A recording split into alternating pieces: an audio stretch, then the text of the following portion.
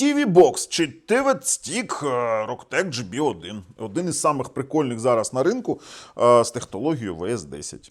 Якщо ви не знали, що це за технологія, я вам поясню. Це технологія конверсування, HDR і Dolby Vision контента для старих телевізорів. І при тому, що він раніше у нас був на огляді і був на Google TV 12, а тепер Google TV 14 з якимись неймовірними поліпшеннями, з вирішенням якихось питань, з вирішенням відтворення контенту. І зараз він став досить класний і цікавий, при тому, що це зараз самий дешевий TV-стік з технологією VS10 для старих телевізорів. Тож на каналі Технозон Україна і Nexon оновлення цього TV-боксу, TV-стіку. Поїхали. Але спочатку скажу, що посилання на нього у опису під цим відео. І підписуйтесь, натискайте дзвоник.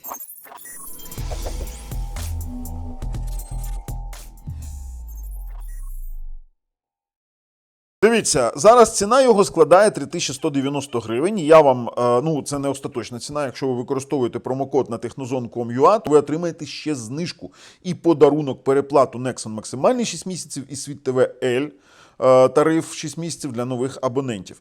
Тепер далі. Це Realtek 1315C, в Google TV 14 зараз вже, Wi-Fi 5 ГГц, хоча тут написано 2.16, зараз ми з'ясовуємо, бо в мене я розпакував версія 2х32. Далі в нас тут, окрім того, що це операційна система Google TV 14, Bluetooth пульт з голосовим пошуком, звісно, сертифікація Netflix, DRM L1 і повна сумісність.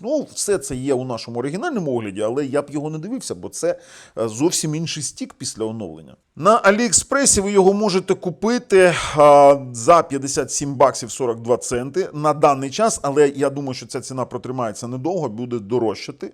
І посилання також у опису під цим відео. І також я можу зараз вам ще деякі моменти озвучити. Це GPU Mali G57, DDR4, 2 ГБ і Dolby Atmos, Dolby Vision, GeForce Now, є у нас HDR, HDR10+, і, звісно, Bluetooth 5. А якщо ви не знаєте, де дешево купити офіційно українські стримінгові сервіси підписки, дуже дешево, дешевше, ніж на самих сервісах, і саме це головне, що це офіційно, то tvtechnozone.com.ua. Усе для вас. І ми з вами на TV-боксі. Дивіться, наскільки швидко і він почав працювати. А це Google TV. Так, це Google TV, і раніше на Google TV 12 були мікрофрізи у інтерфейсі. Зараз інтерфейс працює добре, зовсім добре. Давайте я вам зараз покажу.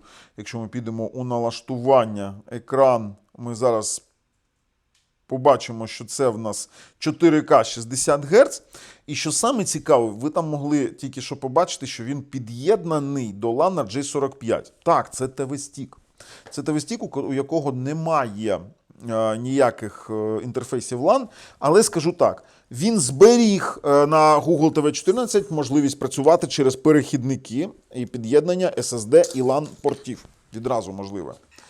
Но почнемо не з того. Почнемо із збереження мультимедійних функцій. Netflix 4K Dolby Vision з Dolby Atmos. Працює бездоганно.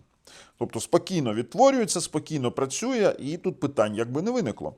А от є питання по YouTube, а знаєте у чому? У тому, що вони пофіксили 4К 60 FPS. Справа у тому, що на Google TV 12 були мікрофрізи на 4К 60 FPS. Зараз 4К 60 FPS працює без дропів. Є 12 стартових. Давайте я зараз увімкнув, рестартую. Є стартові дропи. Це на будь-яких TV-боксах, коли інтерфейс змінюється, будь ласка, і пішло. Без дропів, 4К 60 FPS. Працює повністю YouTube. Оце вони просто мене трохи здивували. Чому було не зробити спочатку? Зараз все працює добре. Якщо ми у YouTube, то можемо відразу перевірити голосовий пошук, бо Google TV шукаєш усередині додатків голосовий пошук глобальний. Канал Технозон Україна. Спрацювало, знайшло, все добре. Так, добре. А тепер далі. Google Play Store. Відкриє? Відкрило. Добре. Перевіряємо Google Chromecast, технологію транслювання за допомогою якої можна транслювати не тільки екран смартфону, а ще можна транслювати туди, в принципі, ваш Google Chrome з персонального комп'ютеру і інші моменти, наприклад, з Google Фото я вже робив колись огляд. Якщо подивитись на збережені сертифікати, вони всі на місці. Whitewine L1 є на місці, є DRM Play Ready, є в нас ClearK і Apple FirePlay. До речі, відразу можемо подивитися, що в нас є AV01 апаратне декодування, є в нас, давайте подивимось, AVC, Dolby Vision усі профілі 5, 8, це те, що нам потрібно.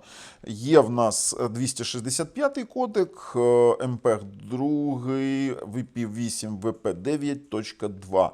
І по звуку тут усе зберегли, і Dolby Atmos через Dolby True HD у пробросі, Dolby True HD у пробросі, DTS HD у пробросі, Dolby Digital Plus також працює.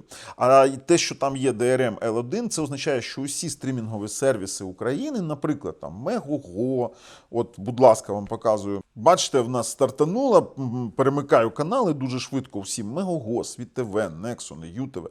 Все буде працювати у повній якості. У Megogo при під'єднанні до HDR-телевізорів буде давати на вибір HDR-контент у пошуку.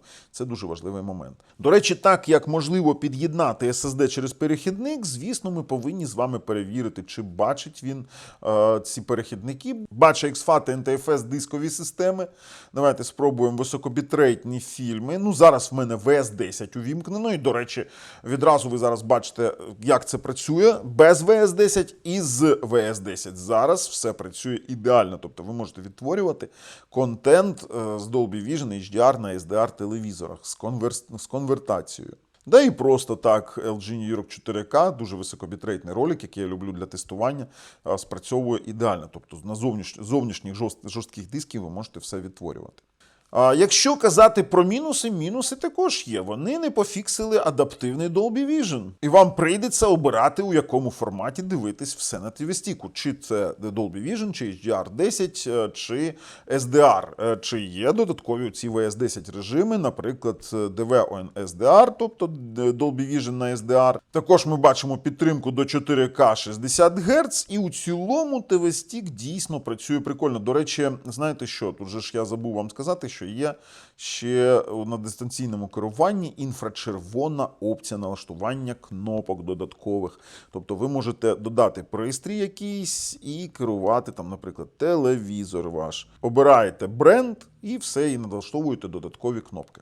А що нам залишається перевірити? Чи не зламали тут 5 ГГц Wi-Fi і підтримку LAN RJ45 через адаптер? Давайте спробуємо. Тестуємо Wi-Fi 5 ГГц, і він покаже нам десь 300 мегабіт, будь ласка, 270. 300 буде. У серії тестів ми отримували більше 300, 350 мегабіт на завантаження, рівний графік. На вивантаження зараз подивимось. Також ми бачимо трохи більше, 330-340 мегабіт на вивантаження. Це добре, це гарні показники для TV-стіка. Я вмикаю, не будемо чекати кінця тесту, вмикаю LAN RJ45. Звісно, підемо перевіримо, чи він під'єднався. Є Ethernet під'єднання. Через гігабітний LAN RJ45 ми максимально можемо отримати 314, 320, так як там Type-C, USB 2.0 у гіперрежимі формату. Це досить непогано, якщо ви хочете використовувати LAN RJ45 з таким стіком. Мені сподобалось, дійсно сподобалось. Я можу відразу робити висновки, і даний стік підходить і для старих телевізорів, з технології VS10 він просто цікавий. І це зараз один з самих дешевих стіків з такою технологією. Потім робота проведена дуже серйозно. Його поліпшили дуже класно. Вирішили проблеми з відтворенням 4К 60 у YouTube. Зберегли усі формати відтворення, наприклад, Netflix, і зберегли усі сертифікати. Поліпшили, прискорили. І тепер я його можу повністю рекомендувати. Він війде у наш топ від 50 до 100 баксів. І це один з цікавих варіантів на даний час. А з вами був Бабл на каналі Технозон Україна і Nexon. На все добре.